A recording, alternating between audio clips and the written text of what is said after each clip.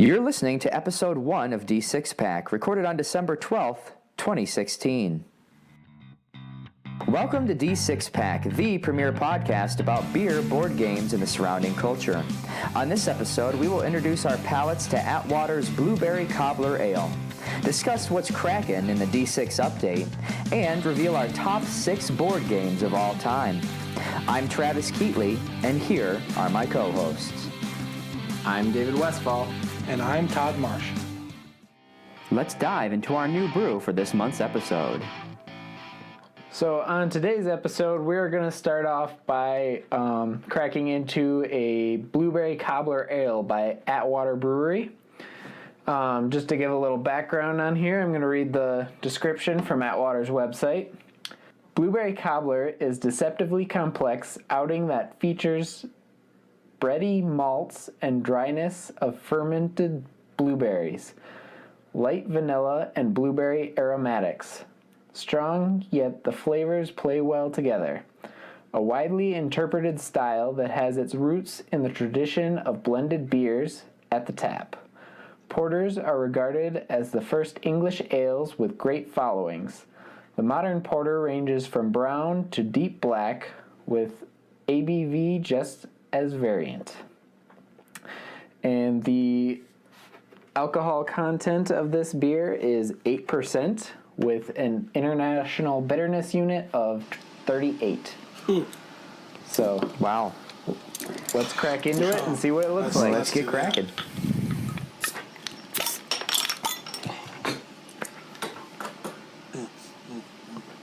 Robust. Dark amber color, kind of. See It's how it good. tastes. It's really good. Not getting a strong blueberry smell. You can taste the blueberry there. Yeah. I'm a dark beer kind of guy, so this is good. I think the word for it is stout. Is that what that means when it's dark? Stout? I'm just making stuff up. Just making stuff up. This is a porter, actually. But Okay. Stout's another type of beer. Stout is a type. I'm getting there. Yep. At least I was able to tell that it wasn't a cider. So that's good. That's a good first step. You know, It's definitely not a cider. you know, cider, stout, porter. If you drink enough of them, you're gonna get drunk. So, Pretty much. So we're going to keep sipping on that throughout the episode, and we'll come back to it at the end and give our final thoughts on it. In the meantime, I think we're going to move on to the D6 Pack update. Now it's time to find out what's cracking in our D6 Pack update. So a few weeks ago, one of the most, I would say, highly anticipated video games of the year came out. I'm, of course, talking about Final Fantasy 15. Final Fantasy is a wonderful franchise. I love these games a lot, so I definitely picked it up. It's been a really fun game. I got it for the PlayStation 4. They say, right in the first screen, it tells you it's a Final Fantasy for fans and first-timers. And it really is, because being a fan of the series, you just kind of get the same feel as the old games. Come in, start fighting, going on hunts, doing some, fighting with swords, shooting some magic. So it really gets that same feel. So that is something that I was always worried about, and why I haven't dove into the Final Fantasy series, is because I was worried about the battle mechanics. So how are the battles fought? Is it turn-based? Each character does something, then the monster does something, kind of like a Pokemon feel, or how is it? Well, that's how they used to be. Definitely, Okay. That's really how they used to be. This game is the first game that introduces a new battle system, where it's almost like a hack and slash type game, like a God of War type style. So you just can go in and you just attack and slash.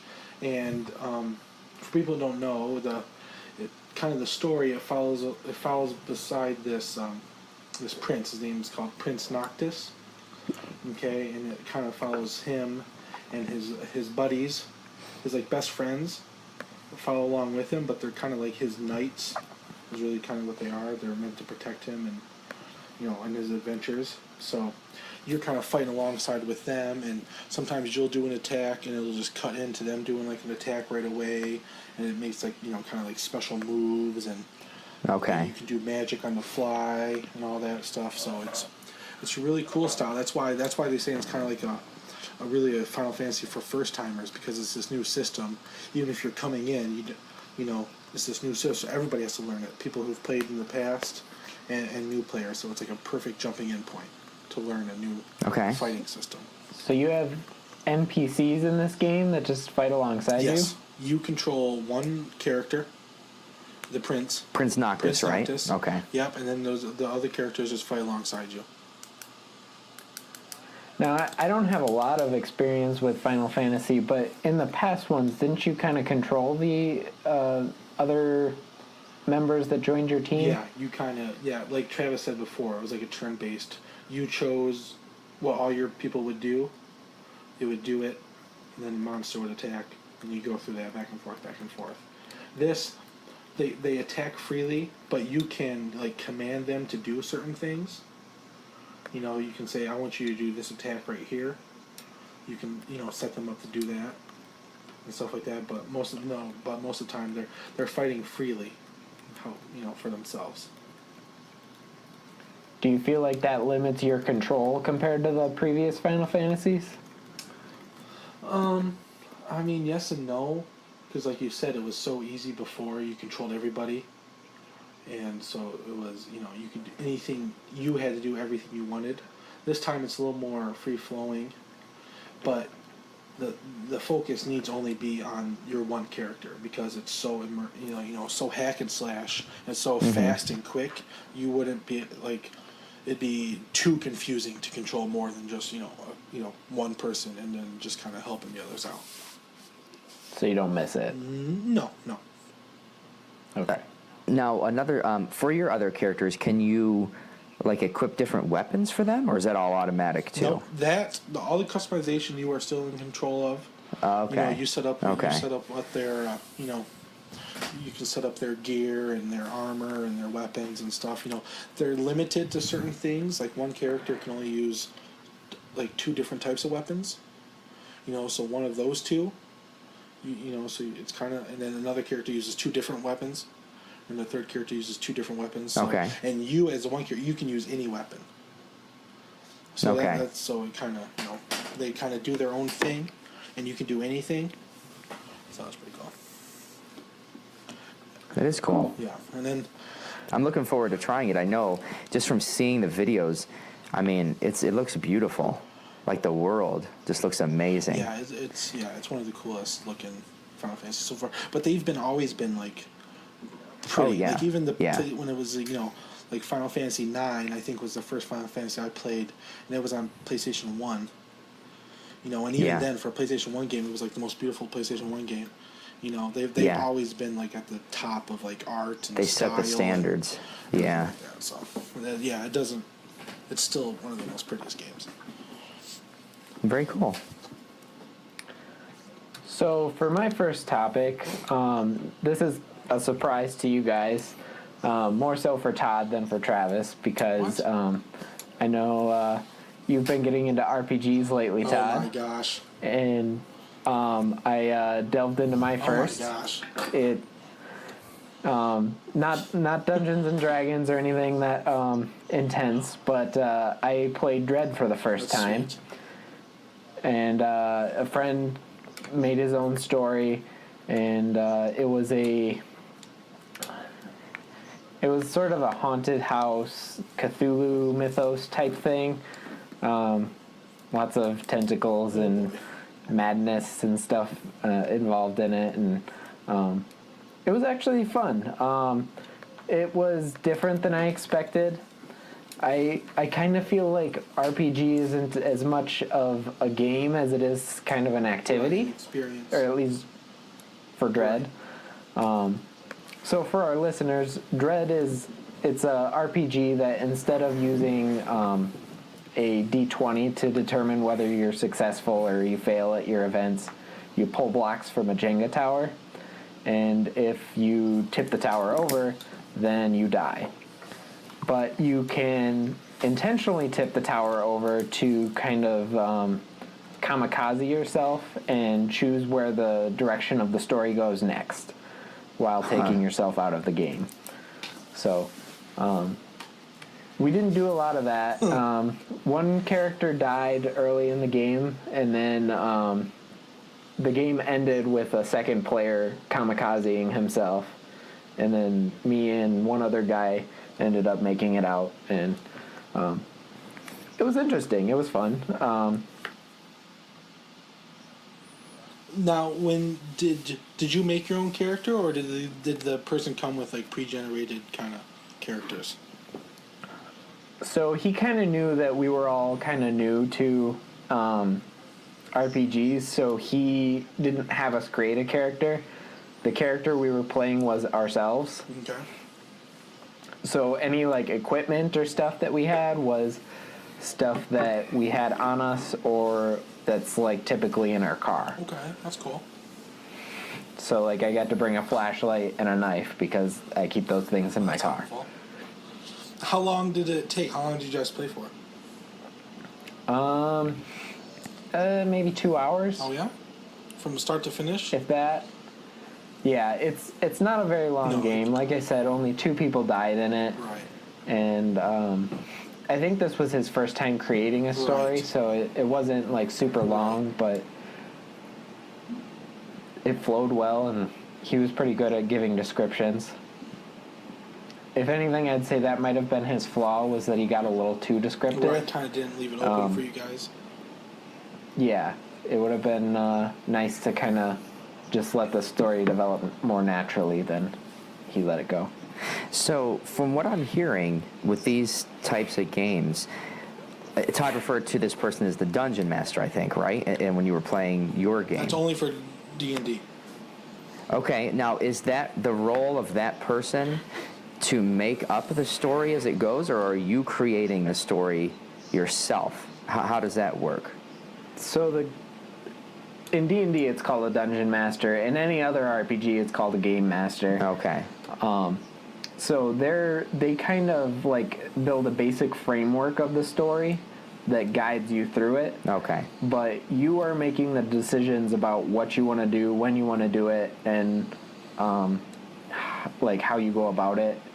And then you're rolling dice, or in the case of Dread, pulling blocks from the Jenga tower to see if you succeed in tasks that you want to try. Okay, so does the game master then have to be creative in a type to be able to think on their feet and make up the story? Like, I feel like that's part of the experience. I might be hearing it wrong, but Todd, maybe you can chime in on this? Yeah, I think definitely, like, to have a good game, you really want a good game master who, like, you sets that framework and has, like, a general idea, but is really open to, like, anything can happen and can really react on the fly. Like, if the players kind of do something that didn't plan ahead for, but they can still, work with it and do it. So it's supposed to be a little bit of both.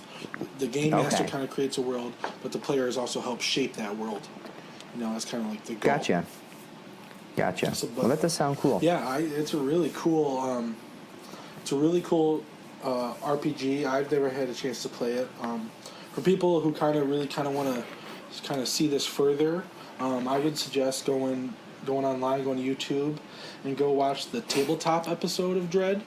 It's a couple. I think it was 2 episodes. I think 40 minutes apiece. Will Wheaton, he does a really good job. Sets a really good story. You see exactly how everything plays out. So if you want to see more of that, go there, check it out. Really cool. Yeah, I've seen that episode, and it actually does a pretty good job of giving you an idea of what the game feels like. The Jenga tower actually adds that element of tension to the game, which Dread is supposed to be sort of a horror-style RPG. So using that Jenga tower to simulate that, I think works pretty well. Gets your heart pounding. Yeah. Yeah. Very cool. So I guess I will piggyback for my first what's crackin' bit this month off of Todd's discussion on Final Fantasy. It was my birthday recently, and I was able to upgrade to the PS4 Pro. And the big selling point for that console is 4K. Right. And obviously improved processing power, but it's essentially a PS4 that's been upgraded slightly to handle 4K resolution and all that. So I guess the one thing to note is game developers have to update their games with a patch in order for it to even be in 4K. So, if you have a 4K TV, you're going to see improved textures, everything's going to look smoother, it's going to, load slightly more quickly as far as in between loading screens. But when you do get a game that has been patched, like Battlefield 1, for example, was patched. Already a gorgeous game, but the explosions and the little pieces of dirt now that can come flying at you and things, it really does make it worth the purchase if you have a 4K TV available. But, I would say if you don't, and you've got the original PS4, they're pretty darn close. You're not going to notice very much of an improvement between the two systems. That's what I was going to ask. Was it a very noticeable difference? Do you think it's necessarily worth the upgrade? I would say not unless you have a 4K TV. Already? Not Like, at don't this go out of your point. way to Already. buy, No, I would say get the TV, and then whenever you're ready, then upgrade to the PS4. I don't think you have to buy them, rush out and get them as a package deal. It's not that drastic of an improvement. Definitely not. I don't need Final Fantasy to be that much of an upgrade here. No, it's already gorgeous. It's already gorgeous, yeah. And as you know, we've talked about before, I have the PSVR, and because it does have a slight boost in processing power and RAM and things, it kind of makes that experience a little bit, more smooth, and things look a little bit better. But the performance improvements are minimal. But if you've got a 4K TV already and you're on the fence, I would definitely say go for it, because games like Final Fantasy and the new Last of Us that was just announced, those are going to look, really nice. Really, really nice on there. Now, outside of just performance in games, is there anything new to the actual PlayStation system, the network, or anything, just the console? That is a good. Yeah, that is a good thing. The hardware. They have 2 USBs in the front, which they had on the original PS4, but now they added another one in the back, because that was always something that I was running out of places to charge my controllers and stuff with. So it's nice to have an extra one on the back. The console's a little bit bigger in size, just because it's got more going on inside. And they did introduce a new DualShock controller with it. It looks the same. It has slightly improved rubber on the thumb grips, so it's a little bit grippier for when you're playing for a long time. Right. And they changed the color of the buttons. It's now a gray instead of everything being black. So it's kind of like the original PlayStation controller colors in that sense. But other than that, same DualShock, same touchpad on the front, same speaker built in. Just minor improvements all around. Yeah. Cool. What have you been playing on it? I actually just got Watch Dogs 2 today. And so that's going to be the newest game that I've been able to try on it. But I've also tried the demo for NBA 2K17, which is one of the 4K games, and it looks incredible on there. But again, it already looks super realistic as it is, so yeah. So our listeners can look forward to you talking about Watch Dogs on a future episode. Yeah, definitely. It's supposed to be a really, really cool game. Looking forward to getting through it. Cool. Awesome. That sounds cool. All right. So my next thing is some of you may know, you guys know for sure, that in the past I used to play Magic the Gathering, the card game, and one of the reasons why I kind of stopped playing it was, one, kind of the cost. 2, you kind of had to set time aside if you wanted to go play, Friday nights. You had to go somewhere, and, it was just getting tough. Me having, I have a couple of children now, married, working. Yeah. So it's just something that really couldn't fit my schedule. And like I said, the cost was pretty high, so I kind of just stopped. The other reason why I stopped is that there's this game out there called Hearthstone, which is a digital card game created by Blizzard, set in their World of Warcraft universe. So, kind of, right up my alley and stuff like that. So the news for me is that just a few weeks ago, they released their new expansion called The Mean Streets of Gadgetzan. And so far, it has been super awesome.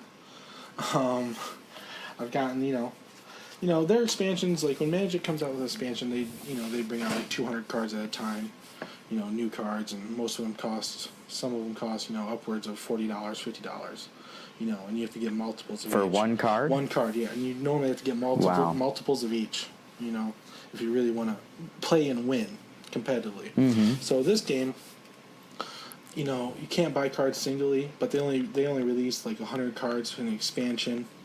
You can buy a couple packs digitally. You can win packs in the game, so you don't have to pay for anything. It's a really fun game. People who come from trading card games and card games, they're probably already playing it. So it's one of the most popular games out there right now. So yeah, their new expansion just came out. They introduced some new things like tri-class cards, bunch of sweet new legendary minions and stuff like that. So it's been a really fun set for sure. Very cool. Yeah, I don't know anything about Hearthstone in general, but I agree with you about the reasons to quit Magic. So I think getting a computer game like that and then getting expansions makes it a little more like a LCG sort of thing. Yeah. So I'm all in support of those sorts of purchases. So my next topic is a TV show, or actually 4 TV shows. So over the past week, there has been a crossover episode between Supergirl, Flash, The Arrow, and Legends of Tomorrow on the CW. And these are 3 of my favorite shows. I, to be honest, don't watch Supergirl regularly, but it was interesting to see how they incorporated her into the team, and it was a very exciting episode, or 4 episodes. So the way they did it was typically those 4 shows are on like different days of the week, so they just did like a 4-part series. Gotcha. One each day of the week. That's cool. And it was fairly cinematic. They didn't try to make it like a movie or anything. Like each episode stayed within whatever universe they were supposed to be in, and they tried to advance that plot line a little bit, but it wasn't like solely focused on those characters. Like in the Arrow episode, the Flash and Supergirl were fairly prominent figures in it. So I think they did well with integrating those 4 shows. And if our listeners aren't aware of those shows, Flash and Legends of Tomorrow are kind of spin-offs of Arrow. So Supergirl's not. And I was intrigued to see how they were going to integrate that, and it wasn't like it worked pretty well. It wasn't. I don't want to give any spoilers away, but the way they did it wasn't confusing, and it didn't ruin the storyline for those shows for the rest of the series. So. Well, that's really sweet. I didn't even know they were doing something like that. I'm a fan of some of those shows as well, but those aren't shows that I watch like live on TV. Like the Arrow and Flash are definitely shows I definitely watch those mostly on Netflix. So I catch up way after the season's been on and off. Legends of Tomorrow and Supergirl I actually haven't even gotten into yet. Supergirl I've heard really good things about, and that's crazy that they mixed her into the mix, because I know the other 3 shows are on the CW, but Supergirl's on a completely different network even. So that's... I think they're showing reruns of Supergirl on the CW. Okay.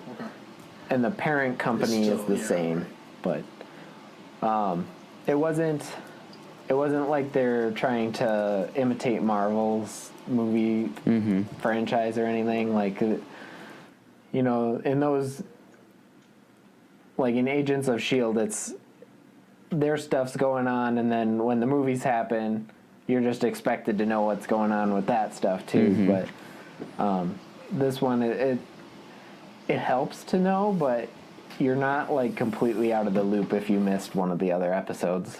Okay. Yeah, I know I'm a bigger fan of Agents of S.H.I.E.L.D. I actually got into that over the summer and caught up on everything, but I haven't followed much of those 4 shows that you mentioned, Dave. I've seen a couple episodes of Flash and Arrow, but honestly, these days there's so many great shows on TV, it's hard to keep up with them all. Yeah, I think they're really good shows, Trav, and there are a lot of good ones out there. If you're more into Marvel, then Agents of S.H.I.E.L.D. is a good choice, but I would say give these another shot. The first season of Flash, well, I shouldn't say the first season. The first couple of episodes I thought were not the best, but before the end of the season, I was hooked. I really liked it, so I keep watching it. It's a good thing. Awesome. All right, so you can always count on me to sort of bring you different what's cracking type news. I'm a big tech guy, so I love just talking about that kind of stuff. So for my second what's cracking update, I recently got a very cheap beginner drone.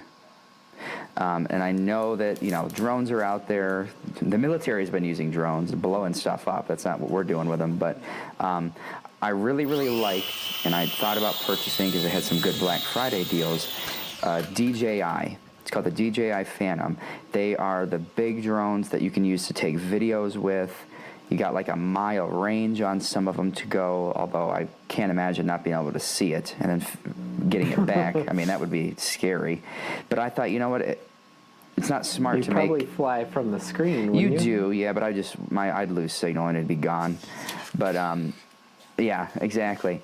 So I just thought, I need to train on something. So I did some research, picked one up offline that was about $40. And people said, for the price, it's fairly durable. You can crash it a few times. They give you some extra props. And I bought some extra batteries, so I can fly for about an hour on the 5 batteries that I have, which isn't bad. I mean, you get kind of tired of it after that amount of time anyways. It's got a real cheap camera that records to a little micro SD card, so you can't view it. You have to be able to see where it is. But I think that's better for training anyways. So, I've tried it a couple times, and I was really surprised at how easy it was to do. And I've only done it inside. I haven't been outside yet, but I'm looking forward to trying that here during the holiday break. But I definitely recommend getting into it. It's cool, especially when you play back the video, just to see things from that different perspective when you're up in the air. It's really, really neat. And definitely start with something inexpensive to learn on, because I have, and you will crash it, and you don't want to crash your $700 drone and just have it be broken, and that's the end of that. I mean, definitely not. So I guess, one last thing, though, if you're going to get one, if it weighs more than 0.55 pounds, which the smaller ones don't, but once you get into the bigger ones, they do, you have to register it with the FAA, because they want to make sure that if you crash it into a plane or into some kind of, private property or government property, they know it's yours. And you're not supposed to fly within so many miles of the airport. I live in the D.C. area. There's like a 30 mile no-fly zone for certain types of drones, so you just got to be really careful about the laws too. But the one that I purchased, they don't really care too much about because you can't go as high with it or as far with it. They could shoot it out of the sky with a BB gun too. Oh yeah, they could. Yeah, definitely. What's the range on the one that you got, Trav? The one that I have, I've heard 30 meters. That's what I've read. I don't know what that translates to in feet. Do you About guys 600 know? feet. Oh, good. 600 feet. So I don't know. That's I'm a stab in the dark. I'm drinking. Don't trust my skills. I don't think that's accurate. It's not. I think it's 90. Yeah, no one trusts that. it is 98 feet. There we go. I was close. Yeah, you were only a few hundred off. Didn't he say 600? It's not like we're drinking. He said I 600. said 600 yeah. feet. Give or take. So he was Couple about football 500 fields. Give or off. take a couple Yeah. hundred. Whatever. Blueberry cobbler. Beer and math don't mix. What are we doing? I gave fair warning. But trust me, when you're learning to do it, you don't want it more than 100 feet away from you because you're freaking out at that point anyways. So it's cool. It's So fun. It's just, I can see it being a hobby that if you were in an area where you could fly the big ones that you could get some awesome footage with, or just even they have racing drone leagues now where you can have goggles on and like be as if you're in the drone, like virtual reality. I think that would be cool too. But that might be down the road. Well, that's exactly what I was going to mention. I don't know if you guys have seen, like, they have the drone races. Like, I saw this Yeah. video. It was like they set up in like a warehouse, and they set up like all these like hoops and everything. You have to dive through hoops and up and around and just weaving through this warehouse. I was like, that is like the coolest thing I've ever seen. It was awesome. So Yeah, I'm really cool. yeah. He got into that. That would be sweet. It would be, but once you get to that competitive level, I mean, things are expensive. Oh, yeah. Just like any kind of good hobby. I mean, like the Magic cards, $40 a Boom. pop. I mean, drones. yeah, $40 a pop. drones. I can fly over and drop you cards. Nice. Just nice. Dave, So anything? you said it's pretty easy to control. Is it like, have you ever flown like a remote control plane or anything like that? No, like the only remote control things I've done have been like cars on the ground, and those are easy. But the thing is, it has 4 different colored LED lights on the bottom, so 2 of them are the same color, the other 2 are different, and as long as you know that front set of mine's red, for example, that's facing forward. So as long as you keep that oriented the way you want to go, that's always forward. So that's the hardest part, is keeping those lights facing the direction you want to go. So then left doesn't become right and you smash into the tree and then it's stuck. Like you got to be real careful with that. But it's fun. I'll have to, when I see you guys, bring it over and let you try it. When you are controlling it, do you like have to like keep it hovering, or does it just hover by itself? Some of them have auto hover, where if you let go of the controller, it'll just keep itself at that level. This one, because it was so cheap and basic, you've got to constantly adjust it. That's the hardest part, is keeping it, not, because it either wants to shoot really fast up or fall. So you got to constantly be adjusting that throttle to keep it right where you want it. I had a cheap remote control helicopter, and I just crashed it into all kinds of things because I kept going up and down and just smacking into stuff. So. Yeah, But like- it's tough. You got to be really. But like you said, you having Really? to control that will really help you in like training. You'll Oh, be yeah. really good at it once you get like a good one that can just hover there a little easier. So you'll definitely help you learn. Yeah, I'll know more than I need to in case I ever have to, like something happens and it, loses control. I might be able to save it, type of a thing. Well, that's awesome. But it is cool, definitely. So with that, I think we'll move into our next segment. Here's D6 Pack's Top 6. So for this month, we are doing our top 6 board games. Since this is our first episode, I thought it might be a good idea to give you an idea of what kind of board games we like to play. So that's what we're going to start off with for our inaugural episode. So why don't we start with Travis? You want to give All us your right. number 6? I will start us off.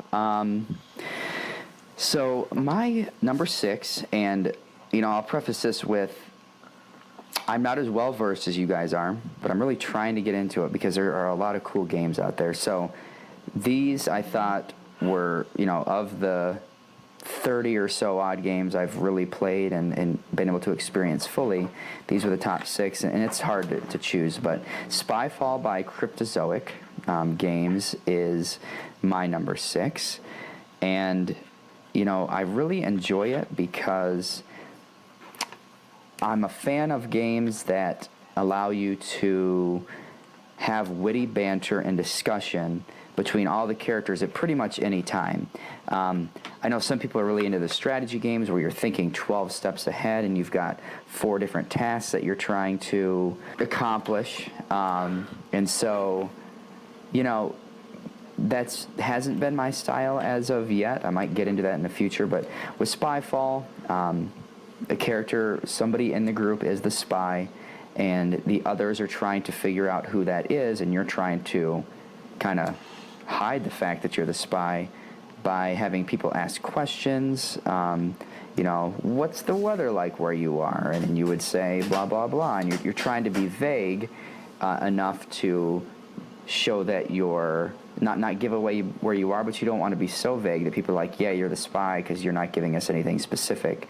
And I would say that the number one fault of the game is if you don't have a good repertoire or arsenal of questions to ask, and I know you two would agree with this, it can get kind of repetitive. So, what do you guys think about my number 6? So I like this game. I agree with your pitfalls there, and I enjoy it. It's not one of my top 6, but the first time I played it, I immediately thought of Travis, because this is exactly the type of game that he likes, is For sort sure. of that hidden betrayer type thing, and there's a lot of comedy involved in it, and sometimes the questions that come up are just like, you gotta try to keep a straight face, but it's really hard sometimes. So Yeah, most definitely. I actually got this for Travis last Christmas, and You did, and I love it. apparently it was a good choice because it made his top 6 list. Yeah, that's really Boom. cool. So, yeah, I like this game as well. Not my top 6 either, but this is a game where you first sit down to play it. You play it like, oh my god, this is different. Never played a game like this. You want to play it again and again and again, and then you don't. That's kind of how it was for me. Like, oh, I want to play this, I want to play this. I don't want to play this anymore. Like, okay, I'm done. Let's stop. Right. So That's the other great thing about this game, though, is that the rounds are so Right. quick. Yeah. And then you can just quit whenever you want. Like, 4 rounds is enough. Let's play something else. forever. I'll be sure to bring it, and we can dive back into it. Okay. Okay, so we'll burn it. We'll burn it. All right. All right. So for my number 6, it's Happy Pigs from Yellow. And this is a game that we picked up at Origins over the summer. I was there. I did not know much of anything about this game going into it. This was my fiance Adrian's pick. She just likes games because they're cute. And Perfect. Happy Pigs definitely fits that, but it's also got this dark side to it that you don't really expect from the cover.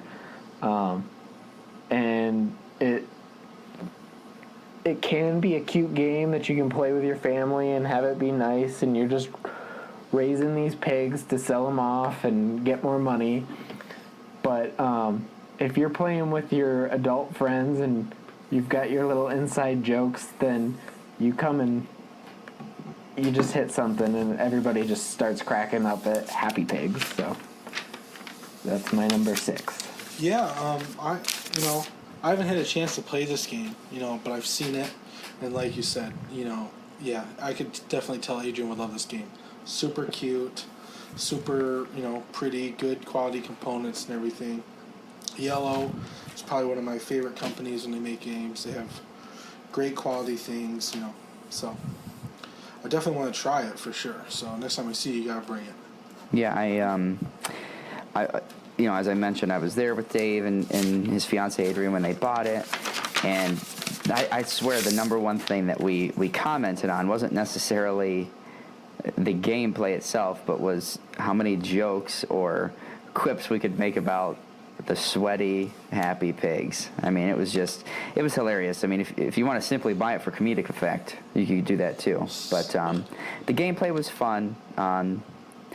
Dave would be able to speak to this a little bit better because he's played it more. I think I've only played it once or twice. But you've got your little plot of land, and you're trying to raise these pigs, and certain diseases can affect them and take some of them out. But it's all about having a good balance between these different types of pigs and, coming out in the end with the most happy pigs.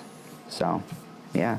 Alrighty. So, for people who don't know kind of our system, if we have any games on our list that are higher on someone else's list, we wait to talk about them when they come up then. So, my number 6 is actually higher on someone else's list, so we will talk about it then. All right, so I will then jump into my number 5, which is a simple yet, I don't know, I've always found it to be a crowd favorite, called Love Letter Batman by Alderac Entertainment Group, also known as AEG. And, I really enjoy this game because it's a deck of cards. It's a card game. You could take it anywhere. Much like Spyfall, the rounds go quickly, and you're also trying to find out who has certain characters, so it can, again, encourage that banter between the different players. So, Dave, what are your thoughts on Love Letter Batman? I love Love Letter. Batman's a good addition, but they all play fairly similar. I think Batman adds a slight difference in that you get points if you use Batman to guess what another player's card is.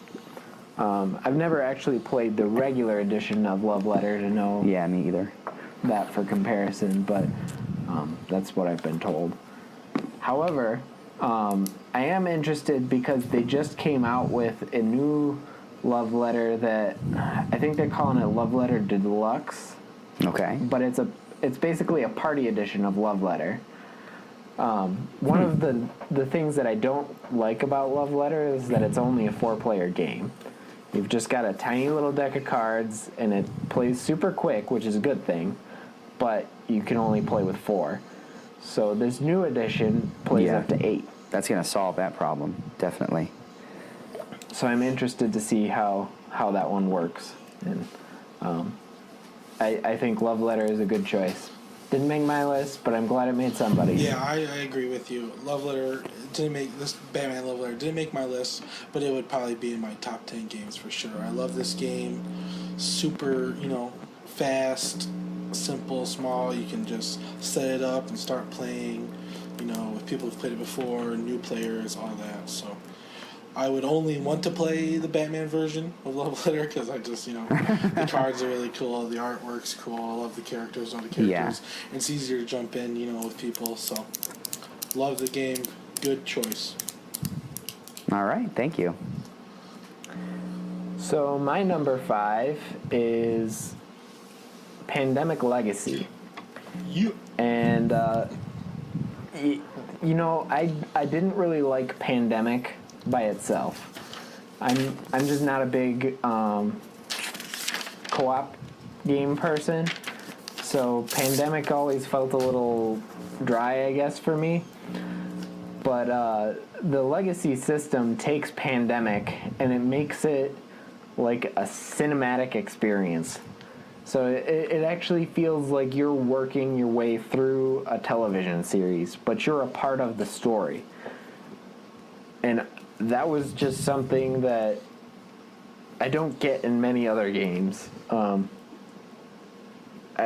There's others that can do that, but not to the extent that Pandemic Legacy did. And I look forward to the next season of Pandemic Legacy coming out, even though I don't know who I'm going to play that one with yet.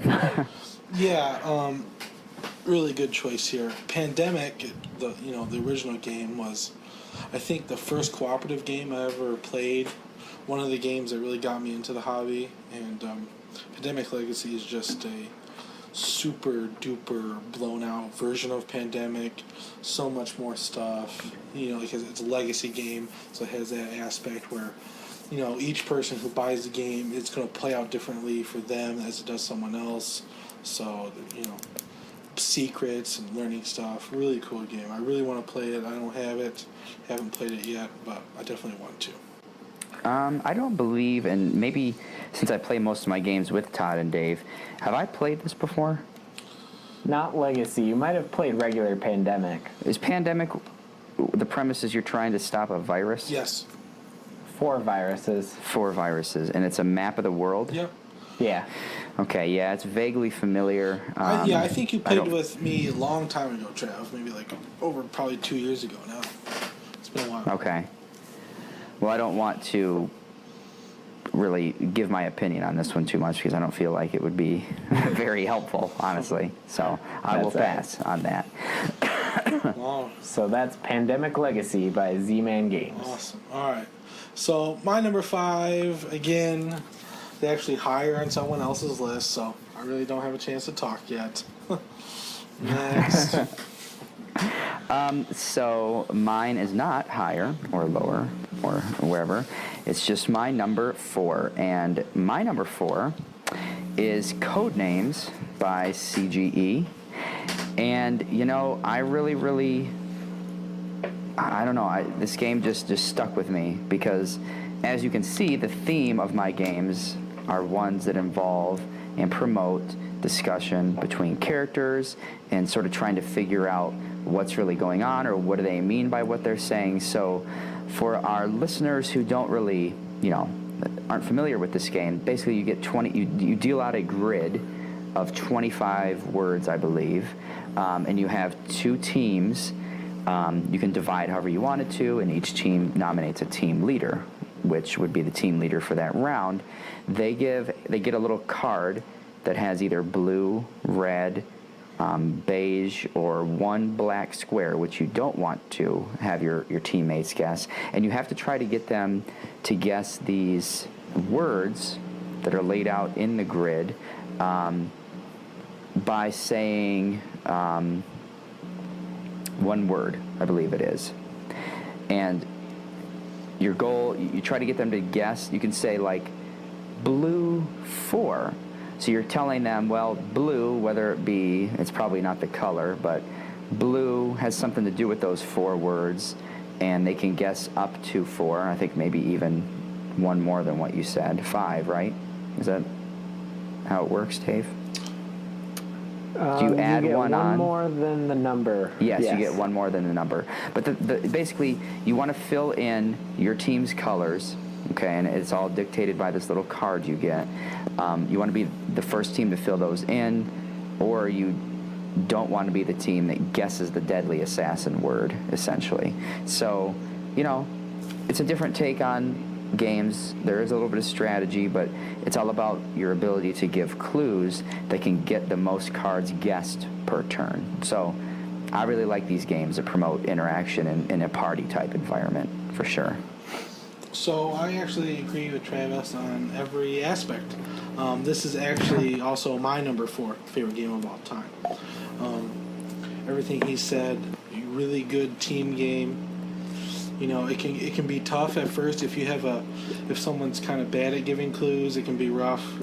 You might have to try to get them one card at a time and really, slow play. Hopefully your opponents aren't doing that well either. But if you can get someone who's really good at getting clues, can really figure out that puzzle and match up these words together, and your teammates are right there clicking, it feels really good to win. So they actually have another version of this game that instead of words, it's just pictures. We played that one just a little bit ago, and that was a really fun implementation of that one too. But I think I like the word version better. So that's why I stuck with just regular Codenames on my list. So for me, this game's a little outplayed, so it didn't make my list. But I do agree that it's a good game. It gives you a very game show type of vibe. It reminds me a lot of the old Password game show. You're trying to get your teammates to guess something based on a one-word clue. And it's a lot of fun. I think one of the best things about this game is that it's so easy to teach. You can pretty much just throw it on the table and say, I'm going to give you this clue, try to relate it to some of these words, and go from there. And this is one that has been a big hit with my family, and that's why it's been so overplayed for me. But, yeah, I could see that.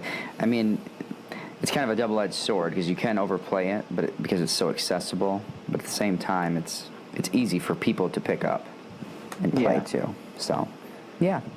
Adrian and I actually have both editions of it, and it's not one that's leaving our collection anytime soon. It's just not one that I am going to pick to throw on the table myself. But, yeah. All right. Good game. So, my number 4 is Caverna by Mayfair Games. This is... You're kind of playing a clan of cave dwarves that are also farmers. It's a worker placement style game. So you're putting your dwarves out on this action selection grid to determine how you want to grow your farm or mine deeper into the caves. And based on how big you grow your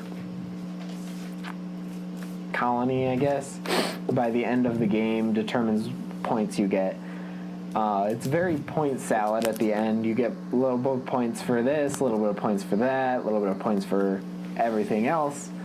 But getting there is a lot of fun, and it's one of those games where you never feel like you get to do everything you want. Like, you're trying to accomplish all these things, and by the end of the game, you're like, no, it can't be over. I still want to do all this other stuff. So, I tend to think that's a sign of a good game. So, Caverna is my number 4. All right.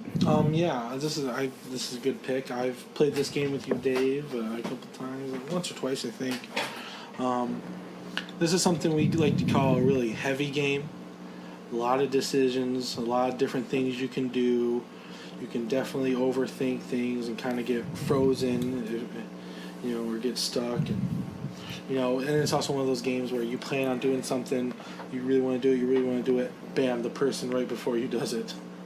And then you get locked, like, oh, I really want to do that, and then you have to, like, kind of rethink. So, really heavy game, really cool. The theme, cave dwarves is a little weird. It's just like, I'm more thinking of it as just like a farming game and mining game. I don't really think of dwarves per se, but yeah, really pretty game, bunch of pieces. You got the special insert for it that helps, set up and everything. I think that's kind of almost needed with the game. So, but yeah, really good It's game. long, too. Yeah, really long, really thinky, heavy game. It tends to be about a half hour per person, and then maybe add on another 30 minutes. So, in a 3-player game, it's going to be about 2 hours. So, Count me out. Count me out.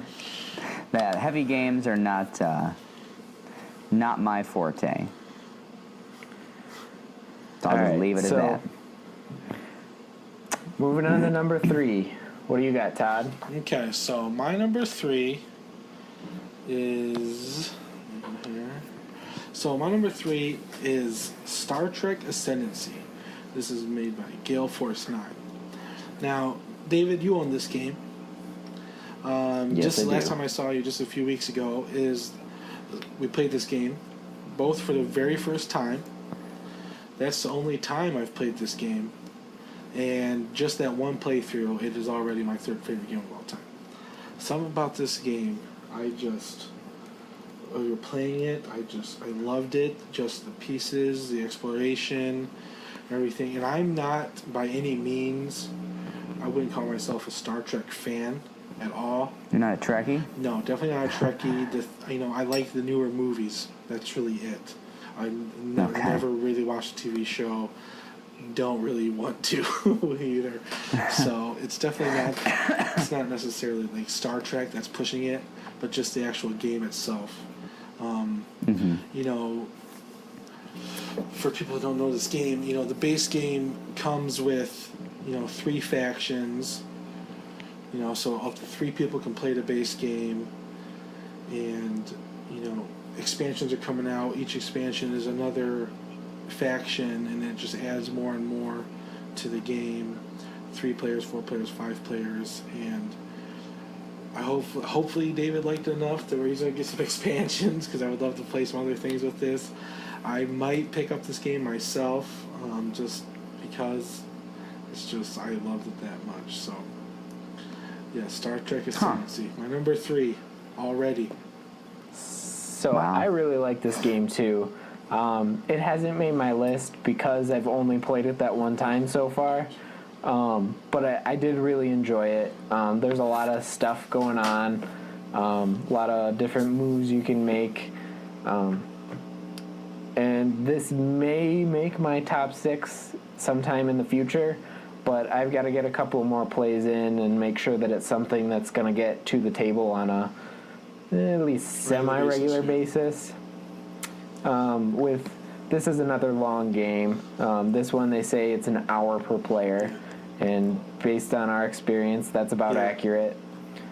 But it's a lot of fun to do, and each expansion adds another person that can play the game. So potentially this could end up being like a 10-hour game or something. Like, this is the type of game where if you're playing a game day, this could be your game for that day.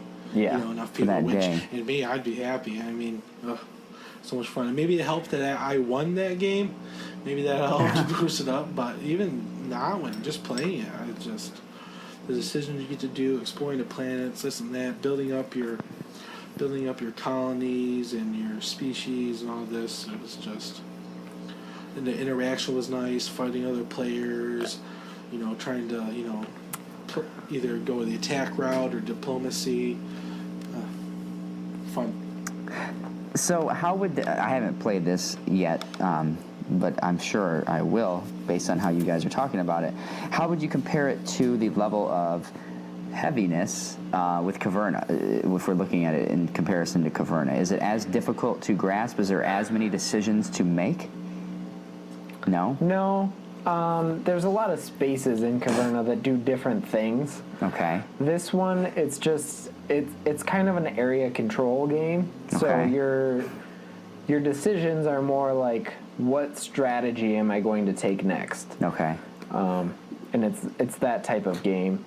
But it also depends on which faction you're playing. Mm-hmm. So the base game comes with the Klingons, the Federation, and the Romulan Empire. Okay. And Adrian played the Federation, and she hated it because they're not able to attack other planets. Okay. They have to take them over diplomatically because of the Prime Directive. But Okay. I am a Trekkie, by the way, if that wasn't apparent. I can hear that, yeah. Not a super Trekkie. I don't know Klingon or anything, so don't call me out on that. But I do enjoy the series. I've seen all of them. And this game's a lot of fun. I've already got the 2 expansions that they've released, or announced at least, on my Christmas list. So you said you had. Hopefully I thought you were going to say you had them. I was like, I'll be right there. I'll be right down. I'm coming down. I'm not sure they're out yet, but they've announced the Ferengi and the Cardassians as expansions, and hopefully I'll get those for Christmas. The Kardashians? Kardashians, I know. They are kind of their own alien race, so I would. I can see that making its way into the game. Kanye is a Kardashian. Well, he's something. We won't get off on that rant, though. No. Anyway. So is it time for my number 3? Let's do it. Sure. All right. Well, my number 3 is higher on somebody else's list, so I will then pass that on to Dave. So my number 3 is a classic. Classic. It's Ticket to Ride by Days of Wonder. This Super is a very fun. simple game. are collecting train cards to build more routes and complete tickets that are kind of like your objectives for the game. And you get points for building longer routes or completing longer tickets. And it's pretty simple. It's easy to teach, but it's a lot of fun. And there is some strategy involved in it that isn't necessarily apparent on the surface of the game. So I always enjoy playing this. They've got a ton of expansions for it. And I haven't played one of those that I didn't like yet. Oh, well, it's not an expansion, but I didn't much care for the Rails and Sails standalone version of Ticket to Ride. But Okay. it wasn't terrible either, but not my favorite Ticket to Ride. But that's my number 3, Ticket to Ride by Days of Wonder. Yeah, Ticket to Ride. This game, really good game. Not on my list. I don't own this game, but I definitely think this will be a game that I get in the future. I think this is a perfect family game. Like you said, I mean, you don't even have to teach it. You just set it up and start playing. It's self-explanatory, the base set at least. You know, I think this is a game my family would love. I think this is a game my kids will like in the future. You know, very appealing game. I know they made a deluxe version of the 25th or 20th anniversary version, where all the 20th. Yeah, where all the trains are actually different looking trains, so just different colors. That looks really cool. Yeah, really good pick here. I'm actually surprised it's not higher on your list, but so I'm excited to see what's coming up. But really good game. It would have been a couple of years ago, but my number 1 and 2 have beat it out since then. So. Huh.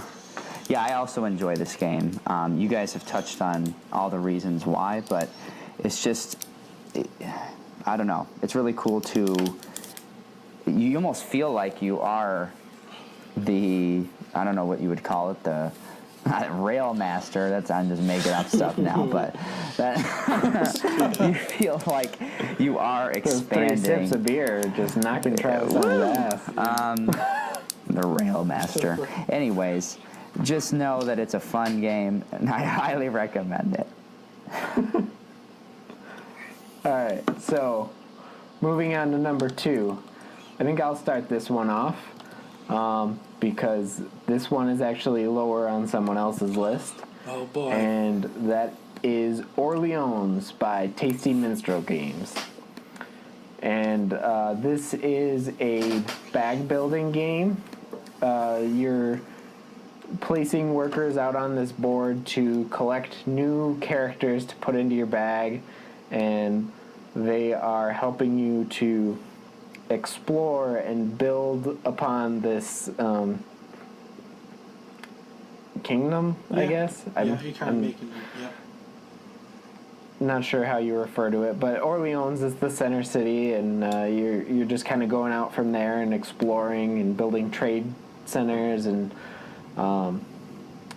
this is another kind of point salad game. You get a little bit of points for everything you collect throughout the game and everything you build throughout the game, and how far along you get on this knowledge track, and how many people you've retired. So, Hey, Dave, there's a lot of strategy involved in it, and it's a lot of fun. Is this made by the same makers of Carcassonne? No, Carcassone's made by Z-Man. Oh, okay. All right, then forget that. Okay. All right, so yeah, Orleans. This was my number 6. Really liked this game. Played it a couple times. It's really cool. Like you said, a bag building worker placement game where you have to use the workers you have, get more workers, be able to do better things throughout. Like you said, you're kind of creating like a settlement throughout the area. You know, putting up your military and your your knowledge and your farmers, growing your farmers and all that. Really enjoyed this game. Not too heavy, kind of simple. It kind of plays itself. You know, the luck, like you said, with the bag building, you're gonna choose. You're going to pick out your characters every turn, and those kind of limit what you can do, so you don't get overwhelmed with options. You may only get like 2 or 3 options to something to do on your turn, so that kind of helps. Streamline your strategy and everything. So, really good game. Liked it a lot. Number 6. And yet you can call your bag to kind of build it specifically for what you want to do with it. So I think that's a good aspect of the game too. So for Orleans, I actually played this recently with Todd and Dave over the Thanksgiving holidays. And, Todd had to warn me about certain things not to do while playing the game. And of course, he tried to warn me. I rarely listen to what he tries to tell me to do and not to do. I said, I got this. And it turns out I didn't have this. So, he didn't collect all this silk. He got all the wool. I got all the wool. You got the worst stuff.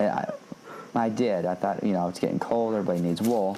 But that didn't work out for me. So, Is France cold? as a first-time player, I kind of got overwhelmed by all the different tracks that you could take because there's a ton of different ways that you can earn points.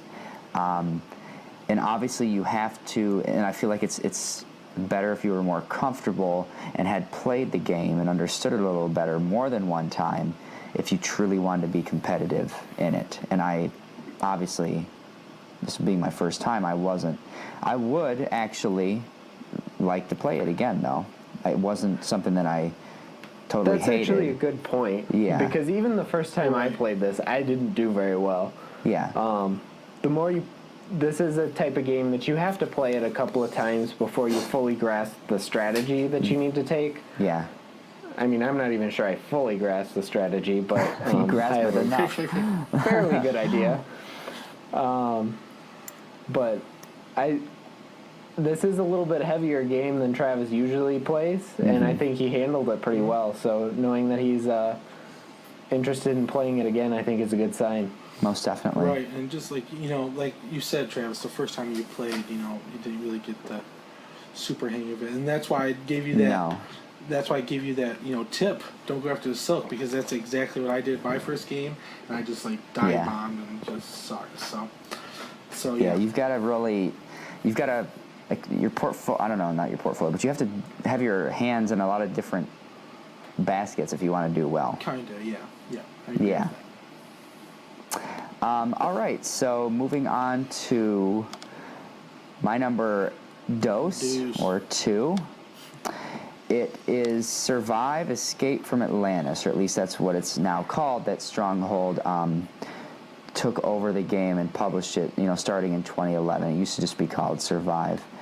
But anywho, this game is made up of, up to 40 hexagonal tiles that you place together to create an island, and your characters all start on this island, and their goal is to essentially get off of the island. Now, different pieces of the island, depending on what they're crafted from, will sink more quickly into the ocean than, say, something that's made of rock. So there is skill and strategy involved in the fact that your players are numbered 1 through 6, so you have to move them in that order, and you can get them onto boats, which you can then move slowly toward these safe zones. But there are Loch Ness monsters, sharks, things like that you have to contest with. And probably the hardest thing that you have to contest with is the other players trying to sabotage your boat full of these, your little... it's a bloodbath. It's a bloodbath, essentially. But it's it's really, really fun. And I wouldn't consider it a light game. It's definitely not heavy. For me, it strikes a good middle ground in the fact that I'm trying to strategize and just vary how I'm trying to get these people off the island and who I can trust to then not sabotage me and kill all my people. So, yeah, I really enjoy this, and that's why it's so high up the list for me. So just to kind of add on to Travis's description there a little bit, he was saying, who can you trust? That's because you can get in the boat with another player, and they can end up getting sunk by someone else. So Yeah. you kind of gotta. You might be partners with someone on one region of the board and complete enemies with them on another region of the board. So it's a unique game in that you're going after everyone, but you're also just trying to get yourself to safety. So Yeah. it's a lot of fun. One of the biggest problems we have with this game, though, is that because it's so competitive, it's kind of hard to introduce new people to gaming to this one sometimes, because when you say, yeah, I'm going to attack you all the time in this game, it's like, yeah, I don't think I want to play that. But that is the basis of the game, but it doesn't necessarily, like, that's not the center of the game, you know? No. There's a lot more to it than that. Yeah. Right, and with this game, you know, attacking everybody, introducing new people, you know, very quickly playing this game, you understand the flow of the game and how everything works. Like you said, it's not really a super heavy game. You know, I would consider it more of a lighter style game where just the mechanics of everything are simple. Move a guy, roll a dice, move another guy. You know, so it's very easy to pick up, and like you said, once you get the hang of it and you know it's going to be kind of back and forth, kind of, you know, you might pick on one player or, you know, you might work with another player. I think it really works out well. This is a really good game. All right. What about your number 2, Todd? Okay, so my number 2 is a game called Splendor from Space Cowboys. Now, over the past couple of years, this probably Splendor has been probably one of the more popular games. Has a really good kind of tournament scene and everything like that because it's a fairly simple game to play. In Splendor, what it is you're kind of like the theme is like you're kind of like a jeweler. So you're getting jewels and, you know, kind of working on them and making them and then, you know, kind of selling them to you know, customers later on for points, and that's how you win. First 15 points. Really fun game, simple mechanics, but has, you know, a pretty deep well of strategy. You know, you got to plan ahead. You really got to watch what your opponents are doing and what they're planning ahead and where they might stop you or where you might stop them. You know, it's a really fun game. You know, nice of components. Kind of has like a poker chips, different colored poker chips for your different gems and everything. So it kind of feels cool. You know, playing with poker chips on your turn and, you know, while you're thinking and stuff. So yeah, really fun game. You know, medium weight. Like I said, some pretty deep strategy in this simple game. And I've played this with my family. I've played this with you guys, and everyone's, you know, liked it and loved it. So this is one of my number 2 game is Splendor.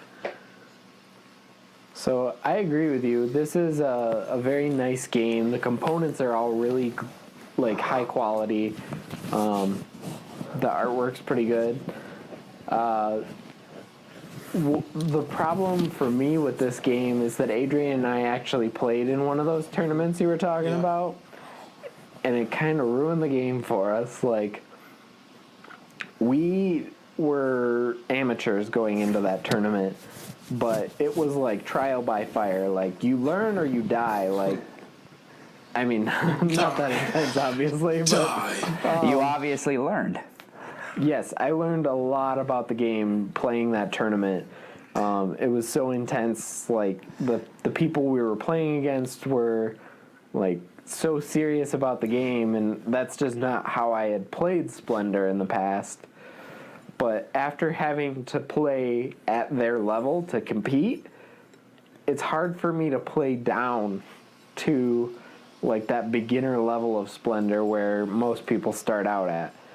So it is a good game. It's got lots of quality components. It's easy to teach. It's just hard for me to enjoy it at the same level that I used to now. Now it's like a cutthroat experience. It's just Yeah. die. Like, David, this is just a fun game. Stop trying to Chilies. Now, for me, it's been a while since I've played this, but this focuses around, if I'm remembering correctly, like collecting gems, Todd? Is that what it is? Yep. And you can do... Are you casting spells? Nope. You you collect your chips, your gems, and then you'll trade those in. You'll buy like a card from the middle of the table. There'll be a grid of 9 cards. There's level 1 cards at the bottom, level 2, and level 3 at the top. They'll have different costs to them. So when you cash in your chips to buy a card, and a card will be a color that corresponds with a chip, then that card will either might be worth points, might not. But whatever color that card is, it counts as like a permanent chip. So when you're buying other cards later on, you don't need as much chips. That's and right. You're kind of creating like an engine to buy to later on buy your big point cards. Try to win the game. So. And you need 15 of those, right? 15 to win. To win. 15 to win. Okay. So it's like having cards almost, depending on the card, helps grant you... They're not... I don't know. It's like not power-ups almost? In a way? Like... Kind of. It just makes it easier to buy other cards later. Or am I thinking of this incorrectly? I can't remember. I'm not sure I'd call them power-ups. Okay. So it allows you access more, to other cards. The more you buy, the faster you buy better cards. And the faster you get to the main point cards, the prestige ones. Yeah. Okay. All right. I'll have to replay it, kind of refresh it. I think it's been a long time since I've actually played this game. And it's a very, like we said, it's a really simple game to teach. You can only do a couple different things on your turn, and, it moves pretty fast. All right. Well, shall we move on to number 1s? Absolutely. You want to start us off, Travis? Sure. This game is my number 1 because it's a co-op game. And I just love, and I'm going to hold out on saying the title, I love the fact that when I'm playing this and you've got a good group of people together that know how to play it, you can almost incite and feel all the different emotions. Like you can be happy, sad, frustrated. You want to just, start running around the table like we did it type of a thing. But the game is called Flashpoint Fire Rescue by Indie Board and Card Games. And the setup and the artwork is pretty cool because you're essentially in a burning house, right, or a burning building. I know they've got expansions now to give you different locales and whatnot. But there are 2 different versions. There's a basic and an expert. I think I've only played the basic. Have you played with the rolls yet? No, I haven't played with the rolls yet. No, but that'll be the next step for me, especially since this is my top game. But it doesn't matter which variant you're playing. You're attempting to rescue anywhere from like 7 to 10 victims from a building that is on fire, and whatever decisions you and your partners make determines on how the fire spreads. If there's an ambulance close enough to the exit where you're trying to extract these victims, you can create openings in walls by getting, certain combinations and being able to bust through that wall and get to the door more quickly, but you can also let in fire that way, or,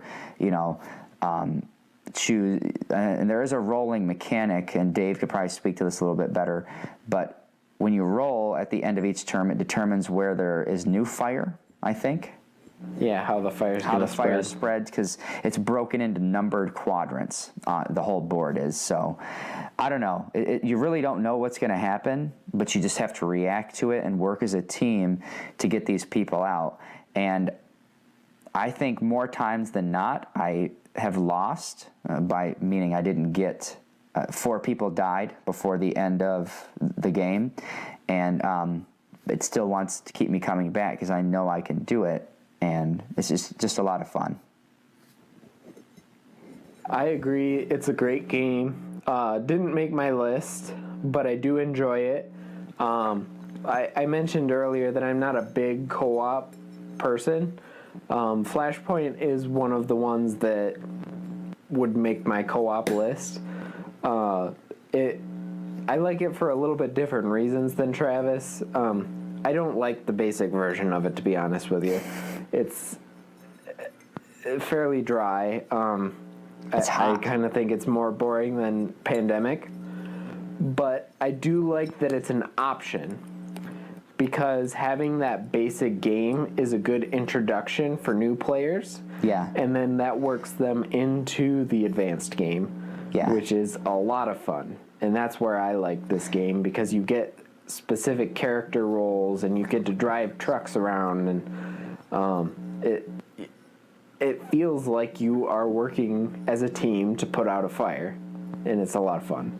Yeah, and Dave, just to piggyback off before I hand this off to Todd, that to me I think is the crowning jewel feature, is the fact that there's a basic and an expert, because the problem for me with getting into these more thematic and strategic-based games is there's usually only one way to play them, and that's just the way it's played. With this, you can be slowly introduced, get the hang of those core elements, and then the expert mode kicks it into high gear. You have to make more decisions, and I wish that more games would do that. So, Todd, what do you think? So, yeah, unlike, when I first played this game, David had it, and, he's like, oh, you want to do basic or expert? I was like, screw basic. Who cares about basic? Let's just go right into expert. And we got our butts kicked, like, so fast. I was like, whoa, this was actually a lot harder than I thought, and, I am actually a fan of co-ops, and like you were saying earlier, Travis, the emotions, like it's just shared emotions. You win together or you lose together. Something good happens, you're like, oh, everyone's clapping, high-fiving. Something horrible happens, all like, oh no, what do we do? So it's just like that shared experience, But yeah, this is a really fun game, and I mean, I haven't played many co-ops. This is a good one, so good pick here, buddy. Yeah. Thank you. All right.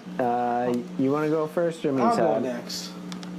We'll save it for last. So, my number one game, this is my favorite board game of all time, because this is probably the game that got me into the hobby. This is one of the first hobby board games I ever played. I'm pretty sure this is the first hobby board game I ever bought. This game is, of course, King of Tokyo by Yellow Games. This is just a fun game where, from 2 to 6 players, each player picks like a giant monster, like a Godzilla type or a King Kong, or monster like that, and your goal is to become the King of Tokyo, rampage through Tokyo, fight off the other monsters, get a bunch of victory points, buy some power-up cards, and all that. A very simple game, uses a Yahtzee-style mechanic to where you roll your dice, keep what you want, roll again, keep what you want, roll one last time. And then, your dice either get you points, let you attack, heal up your monster if it's gotten hurt, or, get energy to buy your power-up cards and everything. Very, very simple game to play. Mm-hmm. Really fun, really good looking. Cut out monsters. You actually get to hold them, put them on the board and everything. So it's kind of got like a little spatial, fun little aspect. But this is my favorite game of all time. I think, Travis, this was on your list. Yes, King of Tokyo was number 3 on my list for the same reasons that you mentioned, Todd. It's simple, it's cool to look at, and it really you don't need a lot of room to play it. That's also nice.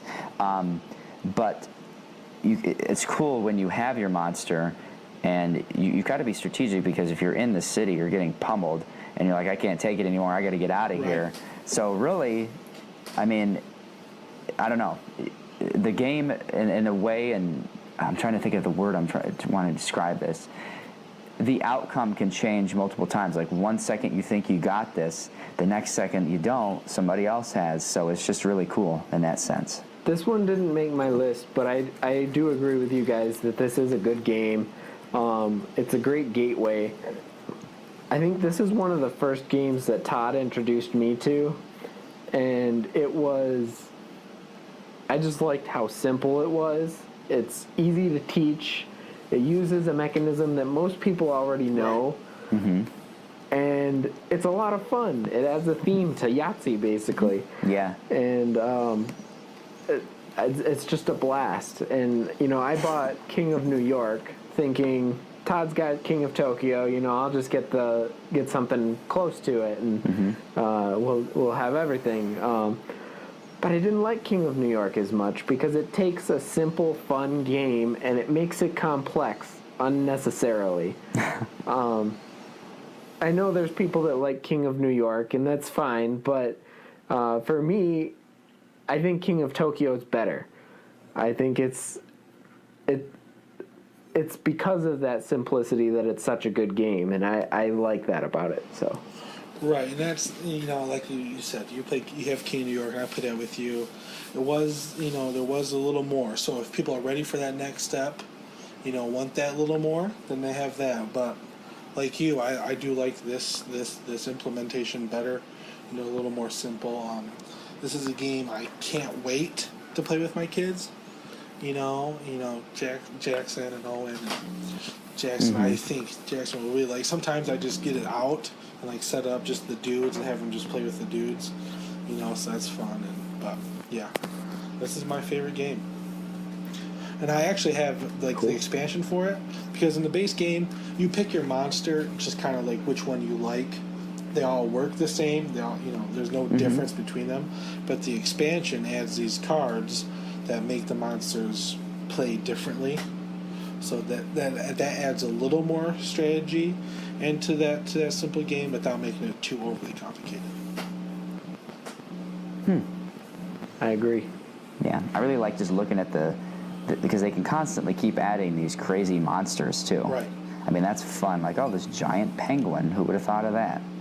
Yeah, they have lots of promos that add new monsters. Yeah, so that's cool. It can constantly be upgraded and changed just in that way. And the artwork is good on it too. All the monsters look pretty cool, and the board isn't. It's barely a board, but honestly, you don't even need a board to play the game. It's just literally It's just just a little visual. Oh, my guy's in Tokyo. That's it. But all right, that's my number one. All right. So for my number one, this is actually lower on Todd's list as well. But it is a game that uses a lot of different mechanics, and they all integrate just seamlessly. And I didn't kickstart it, but I've gotten every expansion that was released after Kickstarter for this game, and I don't regret a single one of them, because anything that they put out for this game is amazing. And that is Blood Rage by Cool Mini or Not. So this is a Viking-themed game, and you are drafting cards, which you'll play as actions or upgrades to your characters, and then you are playing your characters out on a board to try to control areas of I'm not good with Norse mythology, but the realms, Right. the 9 realms, I think it is. Sure. And Something? I don't know. I'm drinking. There's 17 realms. I think there's more than 9 spaces on that board, but whatever. Regardless of how many realms there are, the game's a lot of fun. It's a area control based game, but there's more strategy to it because you can just die. All your characters just die, and you get points for that. That's not something that happens in other games, but when you're playing a Viking game, you get points for dying in glorious battle. So yeah, that's true. And go ahead. No, you go. It's a lot of fun. From what I haven't played this, but I've been trying to kind of read up on forums just to get an idea about what other people think. And they're saying that, sure, the first playthrough might be just with any game, you're figuring out what the heck's going on, but after that, it moves so quickly, and it's fun because you're trying to plan your next move, and like Dave's saying, you're still getting points even if you're not necessarily killing everyone else, so it just seems like a really fun, action-packed game. Yeah, this game was on my list. This was my number 5. I just played this game with David last time we were together, and there was just something about this game. We played it that one time, and it just clicked for me, and I just got it. And the game we played, I won, and I felt awesome. We were fighting, things were dying. The cards I drafted in the beginning, and I got lucky and kind of got really good cards that kind of went well together. If my characters died, I'd get 1 point, and later on I got a card that got 2 points. So I was just fighting, getting points. When people are dying, I'm getting points. It was just really cool. And then just, this being a Cool Mini or Not game, the pieces, the plastic pieces and the characters are just these awesome, detailed, miniatures and sculpts and, these monsters, this serpent, this troll, all your fighters and everything. It just Wow. looks, super cool. You're on the board and you have like these little dudes, and then all of a sudden there's this giant ogre right next to him. And it's just like really cool game on every level. Cool Mini or Not does great components for all of their games, and this one's no exception. And like I said earlier, I just keep getting the expansions for this game because they just add more cool components. So Yeah. why would I not do that? Awesome. Why not? So with that wraps our top 6 favorite games of all time. So we And got some pretty cool lists here, guys. yeah, I'm impressed with It was good. all of these lists. So. Any of these games, anything that we said, anyone that hasn't played, wants to try for the first time, any of these games are, good. Almost good starting points. You're going to have fun playing these games. And if any of our listeners have any comments or questions about any of this stuff, hit us up on our social media. We are on Facebook, Instagram, and Twitter at D6Pack Podcast. That's D as in the letter and 6 as in the number. So check us out. And with that, I think we're going to move on to our brew review. Let's review that brew. So we have been sipping on Atwater's Blueberry Cobbler Ale throughout this episode. And so what do you guys think? Travis? It was really, really good.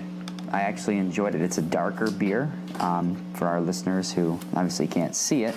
But one of my biggest criticisms with beer in general is that aftertaste, the hoppy aftertaste. I can't stand when that's left in my mouth because I initially enjoy it. Like in the case of this one, you get the blueberry flavor that definitely comes through, and I'm a fan of blueberries, so I found that stuck with me more even after I had finished, drinking, which is something that I really, really liked. It was smooth, and yeah, I definitely like this beer. I agree with you. It's good. It's got a fairly smooth texture to it. Yeah, a little definitely. bit of carbonation, but not too much. I can taste the blueberry, not so much the cobbler part of it, but regardless, it's got a good flavor. There's a bold flavor that typically goes along with porters, and I like that. Porters typically don't have that hoppy kick to them, so that's one of my more desirable types of beers. So, yeah, I like it. Yeah, see, this is something, I'm glad we're learning that we each have different palates here, because, Travis, you said you can really taste the blueberry. That's something I could barely taste. I rarely got hints of blueberry. Me, I really got like a really deep, creamy, malty, almost like a chocolatey taste, a little bit in there. I can see that. I got a really roasty smell and feel to it. Really, like you said, a good dark beer, dark brown.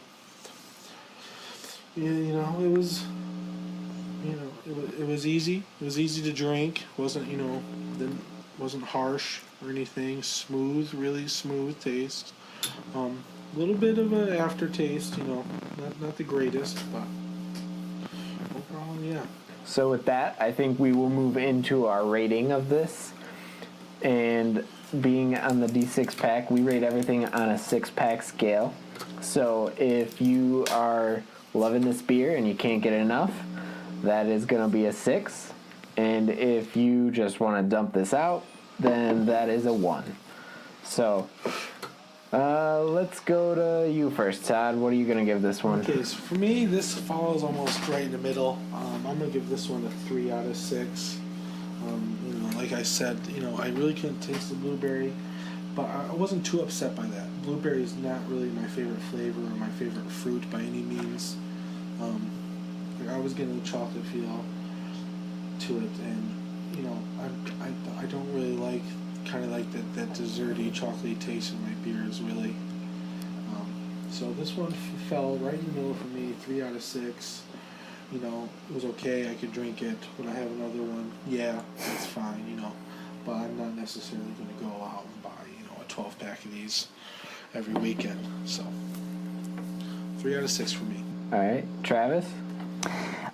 So for me, I actually really, as I shared earlier, really enjoyed it. It was smooth, and as Todd's saying, palates are different. Didn't really get the aftertaste of the hops that I don't enjoy. So I would be tempted to buy this, more often, and for that reason, I will give it a 5 out of 6. All right. So for me, I'm going to split the difference between you guys. I'm going to give it a 4 out of 6. It's a good beer. I wouldn't hesitate to buy it again. One of the downsides is this is a relatively expensive beer. Comes in a 4-pack typically, and it's like 10-something for a 4-pack. So it's not a cheap beer, but it's also 8%, so you're kind of getting what you're paying for, I guess. Mm-hmm. I could see that, yeah. That being said, it's not my favorite. I've had porters that I like more, and this is a good one. It's just kind of on the average side of good for me, so 4 out of 6 for me. Thanks for tuning in to the premiere episode of D6 Pack. We hope you'll tune in next month for our thoughts on Blue Moon Cinnamon Horchata, an in-depth review of Survive, and a ton more nerdy entertainment. Don't forget to check us out at D6 Pack Podcast on our Facebook, Instagram, and Twitter pages. As always, D6 Pack is not affiliated with any products discussed during this podcast, and all opinions are those of the creators.